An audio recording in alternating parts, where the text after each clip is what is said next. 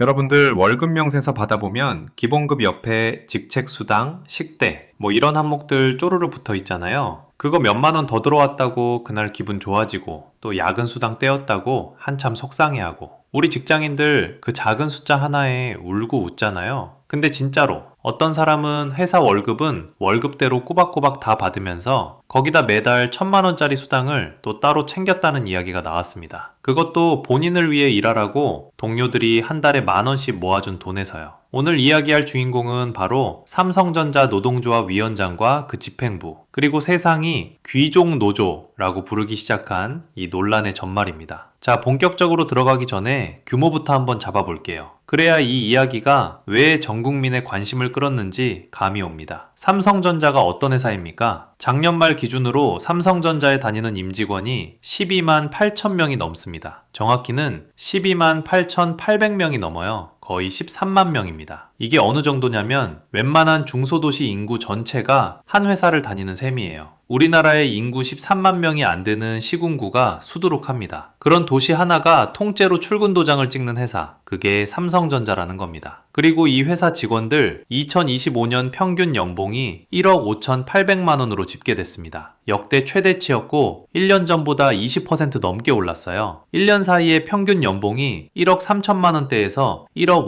5,800만 원으로 뛴 겁니다. 1년 만에 2,800만 원이 오른 거예요. 어떤 분들은 한 해 연봉 인상이 100만 원 단위면 감지덕지인데 여기는 인상분만 웬만한 직장인 연봉의 절반에 맞먹습니다. 평범한 우리나라 임금 근로자 평균 연봉이 4천만 원대인 걸 생각하면 삼성전자 직원 한 명의 연봉이 일반 직장인 서너 명 몫이라는 거예요. 누가 봐도 부러운 좋은 직장입니다. 그런 회사에 노동조합이 있고 그 노조 조합원이 한때 7만 명에 육박했습니다. 13만 직원 중에 절반이 넘는 사람이 노조에 가입했었다는 거예요. 노조가 하나만 있는 것도 아닙니다. 삼성전자 안에는 여러 노조가 있어요. 가장 컸던 게 삼성그룹 초기업 노동조합 삼성전자 지부였고 그 외에 전국 삼성전자 노동조합, 줄여서 전삼노라고 부르는 조직, 또 동행노조라고 불리는 노조까지 여러 개가 있습니다. 이 중에서 조합원을 가장 많이 거느린 노조가 회사와 협상할 대표 권한을 갖게 되는 구조예요. 그러니까 노조끼리도 누가 더 많은 조합원을 확보하느냐를 두고 경쟁하는 셈입니다. 이게 바로 우리가 오늘 들여다볼 무대의 크기예요. 13만 명의 직원, 7만 명의 조합원, 그리고 그 위에선 한 줌의 집행부. 이 구도를 머릿속에 딱 그려놓고 다음 이야기를 들어주세요. 그럼 이제 숫자로 한 대 맞아볼 시간입니다. 마음 단단히 잡으세요. 2026년 초 삼성전자 노조가 임금 협상에서 던진 요구가 세상을 깜짝 놀라게 했습니다. 핵심은 이거였어요. 회사 영업이익의 15%를 성과급으로 일률적으로 달라. 그런데 이걸 금액으로 환산하면 어떻게 되느냐? 보도에 따르면 노조 요구한 대로라면 약 45조 원을 성과급으로 풀어야 한다는 계산이 나왔습니다. 45조 원이요. 이게 얼마나 큰 돈이냐면 그해 주주들에게 돌아간 배당금 전체의 4배에 달하는 액수였어요. 그리고 또 다른 수치가 사람들 입에 오르내렸습니다. 반도체 메모리 사업부 직원들의 경우 자사주로 지급되는 특별 경영 성과급에 초과 이익 성과급까지 다 합치면 1인당 최대 6억 원까지 받을 수 있다는 시나리오였습니다. 평균 연봉이 이미 1억 5천만 원인 직원이 성과급으로만 6억을 더 받을 수 있다는 그림이 그려진 거죠. 여기에 노조는 만약 총파업에 들어가면 회사에 최대 30조 원의 손실이 발생할 수 있다고 경고했습니다. 요구는 45조, 협박 카드는 30조, 0의 개수만 세도 머리가 핑 도는 숫자들이 오고 갔습니다. 자, 이 숫자들이 잘 안 와닿으실 수 있어요. 그래서 비유를 하나 들어볼게요. 우리가 친구 5명이서 같이 작은 가게를 차렸다고 칩시다. 가게 차릴 돈은 투자자 친구들이 됐고 일은 다른 친구들이 합니다. 그런데 그 중에 기술이 제일 좋은 친구 한 명이 어느 날 이렇게 말하는 거예요. 야, 올해 가게 번 돈 있지? 그 중에 15%는 무조건 우리 일하는 사람들 보너스로 떼서 나눠줘야 돼. 그게 규칙이 돼야 해. 안 그러면 나 가게 문 닫고 다 같이 나가버릴 거야. 그러면 돈을 댄 친구들 입장에선, 그러니까 회사로 치면 주주들 입장에선 어떻겠어요? 내가 투자한 돈으로 차린 가게에서 일하는 사람이 해마다 이익의 15%를 자동으로 떼가겠다고 못을 박으면, 게다가 그 보너스가 한 사람당 6억 원까지 갈 수 있다고 하면 가게에 돈을 댄 사람은 도대체 뭘 남기느냐는 얘기가 나오는 거죠. 그래서 실제로 삼성전자 소액 주주들이 들고 일어났습니다. 재산권 침해다. 이건 주주 돈을 함부로 가져가는 거다. 심지어 일부는 정영진을 상대로 배임 혐의로 소송을 걸겠다는 말까지 나왔어요. 여기서 중요한 게 삼성 삼성전자는 그냥 한 회사가 아니라는 점입니다. 삼성전자 주식을 가진 주주가 460만 명이 넘어요. 우리나라 국민 10명 중 1명 가까이가 직간접적으로 이 회사의 주인인 셈입니다. 국민연금도 삼성전자 주식을 잔뜩 들고 있고요. 그러니까 삼성전자가 성과급으로 45조 원을 풀면 그만큼 회사에 남는 돈이 줄고 그건 곧 460만 주주와 국민연금 가입자 전체의 몫이 줄어든다는 뜻이 되는 거예요. 그래서 이 사안이 단순한 한 회사의 노사 문제를 넘어서 전 국민이 지켜보는 이슈가 된 겁니다. 노조와 주주, 그러니까 직원과 투자자가 정면으로 부딪혔고 그 한가운데에 460만 명의 눈이 쏠린 거죠. 여기서 잠깐 역사적인 맥락을 짚고 넘어가야 합니다. 이걸 알아야 이 사건의 무게가 제대로 느껴지거든요. 사실 삼성은 오랫동안 무노조 경영으로 유명했던 회사예요. 수십 년 동안 노조 만드는 걸 굉장히 꺼렸던 곳입니다. 삼성에 노조가 들어선다는 건 상상하기 어려운 일이었어요. 그런데 2020년 이재용 회장이 직접 대국민 사과를 하면서 더 이상 무노조 경영을 하지 않겠다고 선언했습니다. 그 뒤로 노조 활동이 본격화됐어요. 수십 년간 굳게 닫혀있던 문이 열린 거죠. 그리고 2024년 삼성전자 역사상 처음으로 총파업이라는 게 벌어졌습니다. 창사 이래 첫 파업이었어요. 1969년에 회사가 세워진 이래 반세기가 넘도록 한 번도 멈추지 않았던 생산 라인 앞에서 처음으로 직원들이 일손을 놓겠다고 선언한 겁니다. 상징적인 사건이었죠. 그때도 전국 삼성전자 노동조합, 줄여서 전삼노라는 조직이 주도했는데 당시 조합원이 28,000명 규모였습니다. 그런데 이 2024년 첫 파업, 결과적으로 어떻게 됐을까요? 흐지부지 끝났습니다. 파업에 실제로 참여한 인원이 5,000명 안팎, 전체 조합원의 15% 수준에 그쳤어요. 거창하게 시작했는데 막상 거리로 나온 사람은 생각보다 적었던 거죠. 이유가 뭐였을까요? 파업하는 동안에는 월급이 안 나오기 때문입니다. 무노동, 무임금이라는 원칙이 있어요. 일을 안 하면 그만큼 임금을 안 주는 거죠. 이게 합법적인 파업이라도 마찬가지예요. 그런데 연봉 1억 5천만 원을 받는 직원들이 하루 일당으로 따지면 적지 않은 돈을 포기하면서까지 며칠씩 거리에 서 있기가 쉽지 않았던 겁니다. 잃을 게 많은 사람일수록 파업이 부담스러운 거예요. 결국 조합원들이 하나둘 현장으로 돌아가면서 파업은 동력을 잃었고 25일 만에 노조가 스스로 파업을 접었습니다. 큰 소리치며 시작했지만 빈손으로 마무리된 셈이죠. 이 2024년의 경험이 이번 2026년 이야기를 이해하는 아주 중요한 복선이 됩니다. 똑같은 패턴이 더 큰 규모로 반복되거든요. 그래서 2026년 노조는 단단히 벼르고 나왔습니다. 2024년과는 다르다. 이번엔 실전 파업이다. 이렇게 예고했어요. 18일간 전면 파업을 하겠다고 날짜까지 못 박았습니다. 분위기가 정말 살벌했죠. 반도체 생산이 멈추면 나라 경제가 흔들린다는 말까지 나왔으니까요.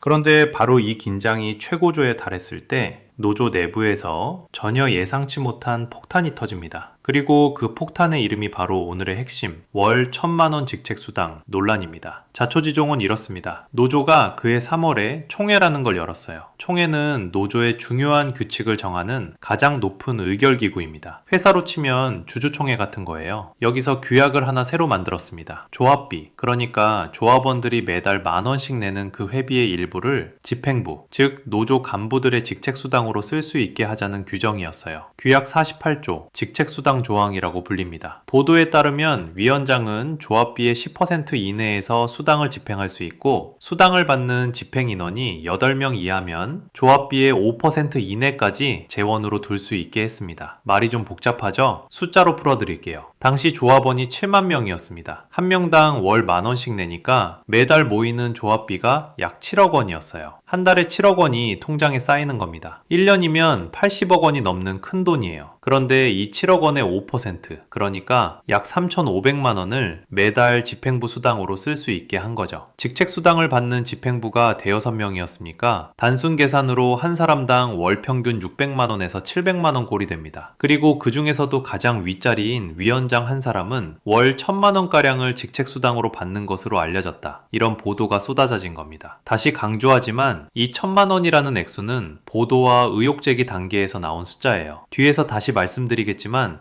위원장 본인이 인정한 금액은 이것보다는 적었습니다. 여기서 사람들이 가장 분노한 지점이 두 가지였어요. 첫 번째는 이중수령 문제입니다. 위원장을 비롯한 주요 집행부는 근로시간 면제라는 제도, 흔히 타임오프라고 부르는 제도에 적용을 받고 있었어요. 이 제도를 정확히 짚고 넘어가야 합니다. 근로시간 면제, 타임오프가 뭐냐면 노조 간부가 노조 활동을 하느라 실제 회사 업무를 못하더라도 그 시간을 근무한 걸로 인정해서 회사가 임금을 그대로 주는 제도예요. 노동조합법에 근거를 둔 합법적이고 정당한 제도입니다. 왜 이런 게 있느냐? 노조 간부도 먹고 살아야 하잖아요. 만약 노조 일한다고 월급을 한 푼도 안 주면 생계 때문에 아무도 노조 간부를 못 맡을 거예요. 그래서 노조 활동에 전념할 수 있도록 일정 시간만큼은 회사가 임금을 보전해 주는 겁니다. 여기까지는 아무 문제가 없어요. 그런데 문제는 그 다음입니다. 이렇게 회사에서 월급을 꼬박꼬박 다 받는 사람이 거기다 조합원들이 매달 10,000원씩 모아준 회비에서 또 수당을 별도로 챙겼다는 점이었어요. 정리하면 이렇습니다. 한쪽 주머니로는 회사 월급이 그대로 들어오고 다른 쪽 주머니로는 조합비에서 나온 직책수당이 또 들어오는 구조였던 거죠. 회사 돈 받고 동료 돈 또 받고 게다가 회사 월급을 받게 해주는 그 타임오프 시간 자체가 따지고 보면 노조 활동을 하라고 준 시간인데 그 활동에 대한 수당을 조합비에서 또 받는 거니까 이름만 다를 뿐 같은 일에 두 번 돈을 받는 모양새가 된 거예요. 이걸 두고 도덕적 해이, 모럴 해저드라는 비판이 쏟아진 겁니다. 두 번째로 사람들을 더 화나게 한 건 이 수당 규정을 통과시킨 방식이었습니다. 이 임원 수당을 신설하는 안건을 하필이면 파업을 할지 말지 묻는 쟁의 찬반 투표하고 같이 묶어서 진행했다는 거예요. 조합원들 입장에선 파업 찬성의 표를 던지면서 자기도 모르게 간부들 수당까지 찬성 도장을 찍어준 셈이 된 겁니다. 그래서 이걸 두고 묻어가기 가결이다, 끼워 넣기다 이런 반발이 거세게 일었어요. 위원장 본인은 나중에 이 논란에 대해 500만원가량 수당을 받은 건 사실이라고 일부 인정하면서 앞으로 금액에 한도를 두겠다고 한 발 물러섰습니다. 1,000만원이냐 500만원이냐 액수에 대한 다툼은 있었지만 어쨌든 회사 월급과 별도로 조합비에서 수당을 받은 것 자체는 사실로 확인된 겁니다. 자, 그럼 여기서 노조 입장도 공정하게 한번 들어봐야겠죠? 무조건 노조가 나쁘다 이렇게 몰아가는 건 돈꼬리 하는 방식이 아니니까요. 노조 측에서는 이렇게 항변할 수 있습니다. 노조 간부도 사람이고 막대한 책임과 시간을 들여 일한다. 7만 명을 대표해서 거대 기업과 협상 테이블에 마주 앉는 게 보통 일이냐? 윷도 먹고 책임도 지고 잘못되면 다 뒤집어 쓴다. 그에 합당한 직책수당을 받는 게 뭐가 문제냐? 게다가 절차상으로도 총회에서 정식으로 통과된 규약이다. 불법도 아니고 몰래 한 것도 아니다.